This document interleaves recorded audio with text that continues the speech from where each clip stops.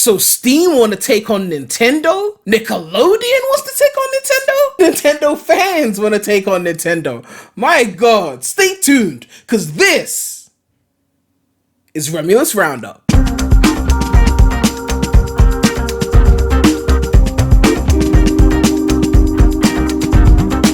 Alright, so it's your boy, and we are back with another episode of REMulous roundup, the show where we, on a consistent basis with no major gaps, cover the latest news, multiple topics condensed in one video, always on point. Okay, it's been a while. I know I haven't made one in a long time, but it's usually because I make those videos when I'm late to news, and I've been covering some news on point. I've got the REMulous news up for when I'm like early to the news.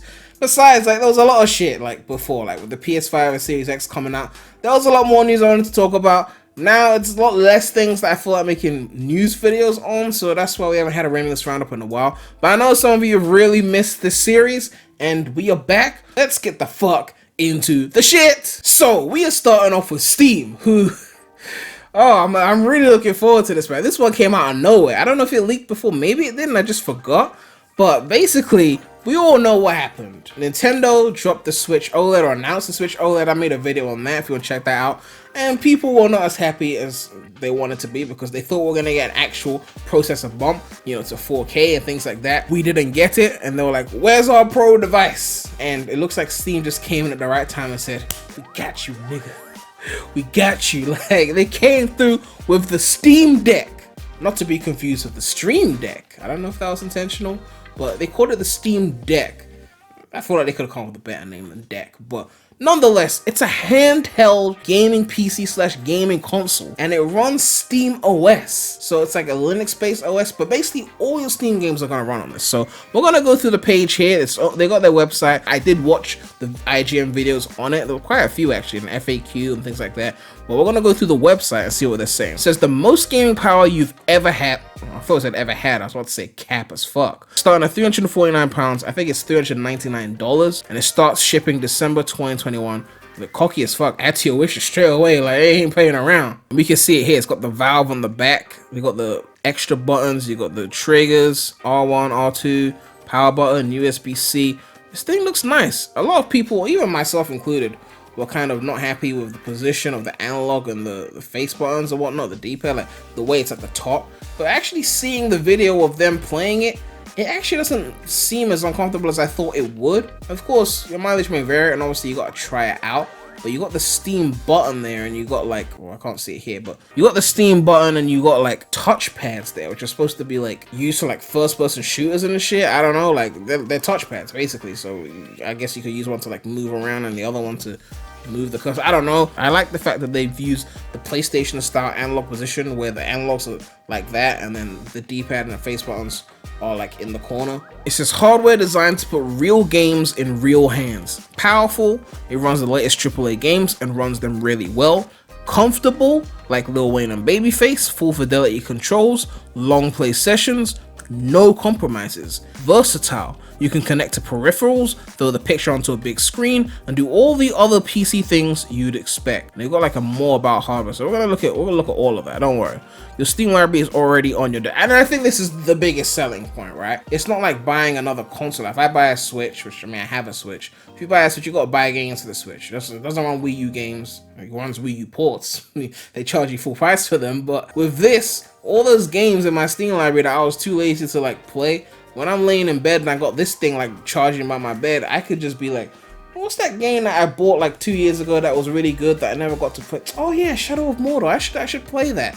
Batman Arkham. I should play that. It's there. I paid for it, and you just sit in there chilling. You could play it, and you could take it like with you because you can dock it. Apparently they're gonna make their own dock. That's what they said.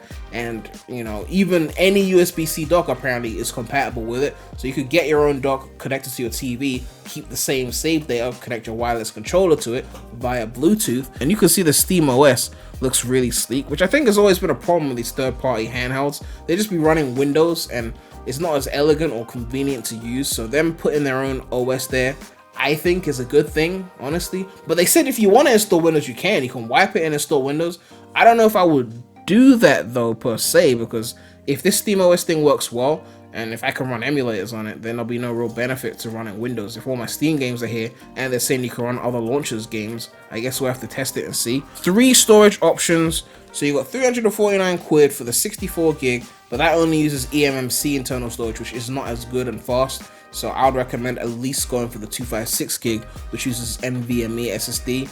And then you've also got the 512 gig, which is 569 quid. And I guess there's some bonus things. So you get like a faster storage, you get carrying case, and you get a Steam community profile bundle. I don't know what that does. You can't actually expand the storage in terms of the NVMe, but you can put in a micro SD card slot from what I saw in the IGN video, which honestly, running your games with micro SD, I wouldn't recommend, but you could use it to store games, like move them around if you want. Or if you do want to do some emulation on this, I would say put your AAA shit on the NVMe, and then of course use the micro SD to run. I got like 300 gig worth of ROMs. I don't because piracy bad, don't do. But like, let's say you have 300 gig worth of ROMs, to slap in a quick 512 micro SD card to store all your ROMs and shit. Like you want to play your GameCube, your Wii games, PS2, all that. You run the emulators for that, and then for the AAA shit, put that on the internal. I think it will be a good way to like use this thing, honestly. December 2021 to United States, Canada, European Union, and the UK. More regions coming in 2022. Oh my god, I want one. My god, I literally just copped the Switch OLED. Like I pre-ordered it, was available at August, and now this thing has happened. I'm starting to question, like, I already had the original Switch, now I'm getting the OLED, now I want this. Like the money I could have spent on this, now I spent on the OLED. It's more powerful, full featured. So they've got a custom APU, so that's like CPU and GPU together, those of you don't know that.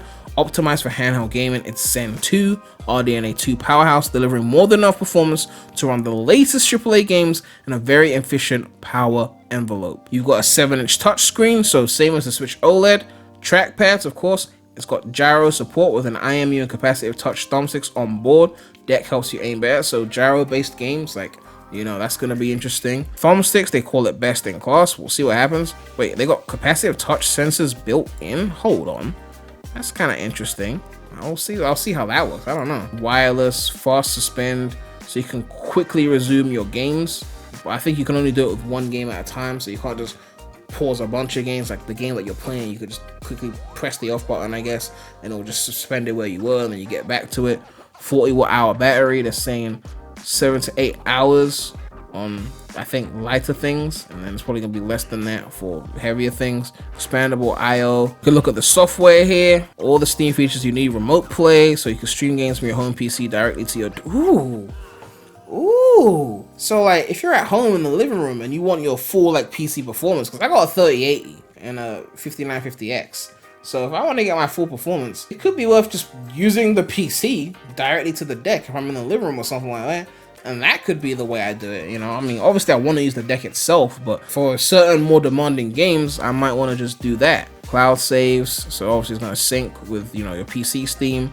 Steam chat notifications, same store. The new Steam operating system. I want to see here you can see them running it like in the docked mode, like where you've docked into a computer, you connect to the keyboard and mouse. It looks kind of like Windows, but it's not really Windows. It's like their own OS, like in that docked form. You got the full tech specs. Thumbstick L3, thumbstick R3. I really hope the speakers are good though, because like I don't want no mid speakers for something like this. It's got a headphone jack as well, just in case. Like some people don't be including that shit anymore. Well, a lot of people, thanks to Apple. I don't like the micro SD card slot placement though. From what I saw in the videos, it was a bit too in your face. Like I wanted it to be like capped off, like you put it in and it's like flush and then you cover it, but it seems like it just sticks out. But I guess it's a prototype, so we don't know. 1280 by 800 display, 16 by 10 aspect ratio, 400 nits brightness, 60 hertz. You're not gonna need more than that, honestly. Oh, we got the official dock specs here. So you got Ethernet, USB 3.1, 2 USB 2s, power in, HDMI 2.0, DisplayPort 1.4. And that's the C cable to the deck. Okay, so that's cool. They don't say when the dock was going to come out, but they said it's sold separately, so you have to pay extra for that. They got a tab for developers, no porting required. So basically, if it runs on Steam, I guess Windows, then it will just work on this. If it didn't do that, then there'll be a problem. The whole benefit is that it's going to run everything straight away. But yeah, this is looking really fire. Like, honestly, I don't think this is going to go wrong. I'm not saying it's going to outsell Nintendo or anything. Like, of course not. Nintendo appeals to that casual market really well. That market that doesn't care as much about power and just wants the fire exclusives that Nintendo offers. But speaking of exclusives, I want to see how well Switch emulation runs on this, because we know there's a Switch emulator that already works. It's not perfect yet, but games are running on it, right? I want to see if you can run Switch games better on this than you can on an actual Switch for a device that's only, like, I bought my Switch OLED for $309.99, so this is only like 40 quid more than the Switch OLED. If this can run Switch games better than the actual Switch, I would laugh so fucking hard. People are gonna take the piss out of that if that happens. I'm looking forward to this, even if I don't get the first version because money tight right now. They said they're gonna be updating it because obviously they're gonna make a second version with higher specs. It's not like a console generation thing. They can make a new one every year, like just slightly new specs, a bit more storage maybe. So even if I miss out on the first one, I'll see the reviews. They'll probably improve it, tweak it for the second one, maybe add a bit more power, and then I'll cop. Like, honestly, I've got nothing bad to say about this. They really hit the price points that people are trying to hit, because I've seen other third-party devices like this, like the AN Neo. There was a few others that I saw, like I think Linus was covering them, but I've seen some and they were like made by like smaller companies. They didn't have the same pull as say Valve does, so you could tell they were a bit more rough around the edges. But I fucked with them, but they were way more expensive. It was like 700 quid to get similar performance to this. Like, apparently this can run like AAA games at medium settings. At the end of the day, for them to maybe consider selling this at a loss, which is potentially what they're doing, so they can get that user base and people are obviously going to be buying Steam games on it, I think it's definitely going to be worth the price. I'll wait for it to come out, see what the reviews are saying before I confirm that. But if the reviews are looking good, then definitely gonna cop either this one or version 2 when I got the money. On to the next topic, Nickelodeon All-Star Brawl. Man, who could have seen this shit coming, man? Nickelodeon's making their own Smash Bros. And man, there was a whole trailer. I'm not gonna do a full reaction to it because I already saw the trailer. It came out a few days ago or so. But I found an article saying everything we know about Nickelodeon All-Star Brawl. So we're gonna take a look at that and basically get the lowdown on what this is going to be about and see if they got a shot at the fighting game throwing, I guess. I don't know, maybe?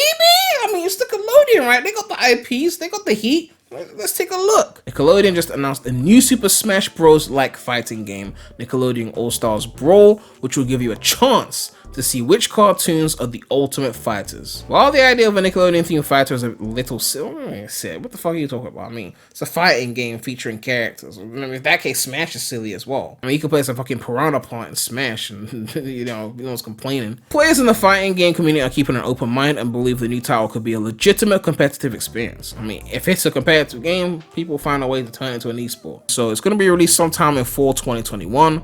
We haven't been given an official release date, but the pre-order information at Target list the release date as October 5th right now, and it's going to be on Nintendo Switch, PS4, 5, Xbox One, Series X. Apparently they also said PC on the Discord, like the developers said that, but it wasn't in the trailer. Now they talk about the trailer and it shows a montage of the game's main characters, and they said it's being developed by Ludosity and Fairplay Labs and published by Gamer Entertainment. Now I saw some people on Twitter saying that Ludosity made a different fighting game, like a Smash type game called Slap City, and I'm guessing that's why Nickelodeon recruited them to do it, because they've already done something like this. I'm guessing their game was received well, which is why they would go with them. Like, they wouldn't go with them if Slap City was mid, right? Unless they were just trying to make a quick buck, but it seems like they've done a decent job here. They got an early access version here. I mean, aside from the graphics looking mid, I mean, it looks decent, right? Like, I can't fault it. It looks like a decent Smash Bros clone. I mean, definitely looks better than Run Roll Rumble, if I do say so myself. I mean, that's for sure. And it's got an overwhelmingly positive review on Steam, so clearly Nickelodeon were right to see something valuable in this team. Alright, gameplay. From what we get in this announcement trailer, it looks like gameplay in Nickelodeon All-Star Brawl will look really similar to Super Smash Bros. Ultimate. 4 characters at a time will duke it out in arenas themed after Nickelodeon's various shows until someone comes out on top. Each character will certainly have their own custom moveset that is true to their on-screen adventures. We're totally expecting SpongeBob to have an OP bubble blowing ranged attack. According to reports, some additional moves can be unlocked for each character, although it's unclear how that mechanic will work at this time. Please no microtransactions, please no microtransactions, please no microtransactions. The game will include 20 Nickelodeon themed fighting stages at launch. So 20 stages to start. What characters are included? I mean, this was pretty much shown in the trailer, but you've got Teenage Mutant Ninja Turtles characters, Nigel Thornberry from the Wild Thornberries. I don't know why they wouldn't have Eliza Thornberry though. She was like the main character of the shit, and she was the one who was talking to all the animals. Like, that would have been a better pick in my opinion. You got Powdered Toast Man from Ren and Stimpy. I didn't watch that too much, but I've watched it before. Obviously, you got the homie SpongeBob, Sandy, Patrick, Squidward not there. I saw memes on that, but you know, Oblina, you got Lucy Loud, Lincoln Loud, Helga, of course, Reptar from Rugrats, Zim from Invader Zim, and of course, Danny Phantom fucks with that. But yeah, obviously this roller is looking pretty light. There's a lot of good Nickelodeon characters that are missing. I'm assuming that they're going to add more if the game does well. They don't want to add like 50 and the game bombs, so they're going to start with 20, see if people play it, see if people are excited, then they can start working on new characters, and then we can like